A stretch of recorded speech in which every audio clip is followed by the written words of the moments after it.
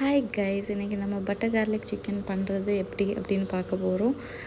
Actually இது என்னோடய first try தான். ஆனாலும் குட்டி குட்டி மிஸ்டேக்ஸ் பண்ணியிருப்பேன். நான் அதை உங்களுக்கு இதில் மென்ஷன் பண்ணுறேன். அப்போ நீங்கள் அதை பண்ணாமல் இருப்பீங்க. ஆனால் சூப்பராக வந்துச்சு. அதுக்கு நீங்கள் ப்ரெஸ்ட் பீஸ் எடுக்கிறது பெட்டர். இல்லாட்டி நீங்கள் வந்து நார்மல் ஃப்ளெஷி பார்ட் எடுத்தால் போதும். அதை நல்லா பேக் சைடும் ஃப்ரண்ட் சைடும் ஃபோர்க் வச்சு குத்தி விட்டுருங்க. ஏன்னா அது சீக்கிரமாகவே குக் ஆகிரும். அதுக்கப்புறம் வந்து சால்ட்டும் பெப்பரும் ஆட் பண்ணி நல்லா மேரினேட் பண்ணி 20 மினிட்ஸ் வச்சுருங்க. அதுக்கப்புறம் பேனில் பட்டர் ஆட் பண்ணி அது பட்டர் வந்து மெல்ட் ஆன உடனே நீங்கள் அந்த சிக்கன் பீசஸ் அதில் ஆட் பண்ணிடுங்க.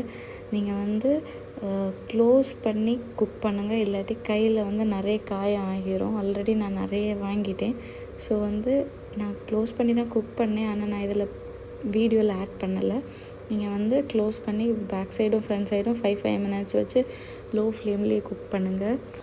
கொஞ்சம் ஸ்ப்ரிங் ஆனியனும் கார்லிக்கும் குட்டி குட்டியாக சாப் பண்ணி வச்சுட்டு ஒரு லெமனை ஹாஃபாக கட் பண்ணி ஒரு சில்லியை ஹாஃபாக கட் பண்ணி வச்சுக்கோங்க. நான் இதில் பண்ண மிஸ்டேக் என்னென்னா, கார்லிக்கை வந்து ஏர்லியர் ஸ்டேஜ்லேயே அதில் போட்டுட்டேன். சிக்கன் ப்ராப்பராக குக் ஆக முன்னாடி நல்லா சிக்கன் குக் ஆனதுக்கு அப்புறம் தான் அந்த கார்லிக் யூஸ் பண்ணணும். அது ரொம்ப அதை கார்லிக் ஆட் பண்ணணுன்னு அந்த பட்டர் கூட ஆட் ஆகி சூப்பரான ஸ்மெல் வந்துச்சு.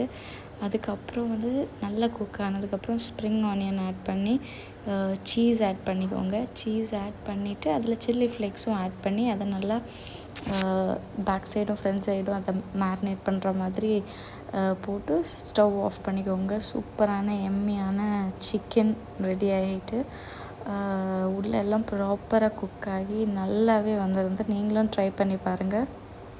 தேங்க்ஸ் ஃபார் வாட்சிங்.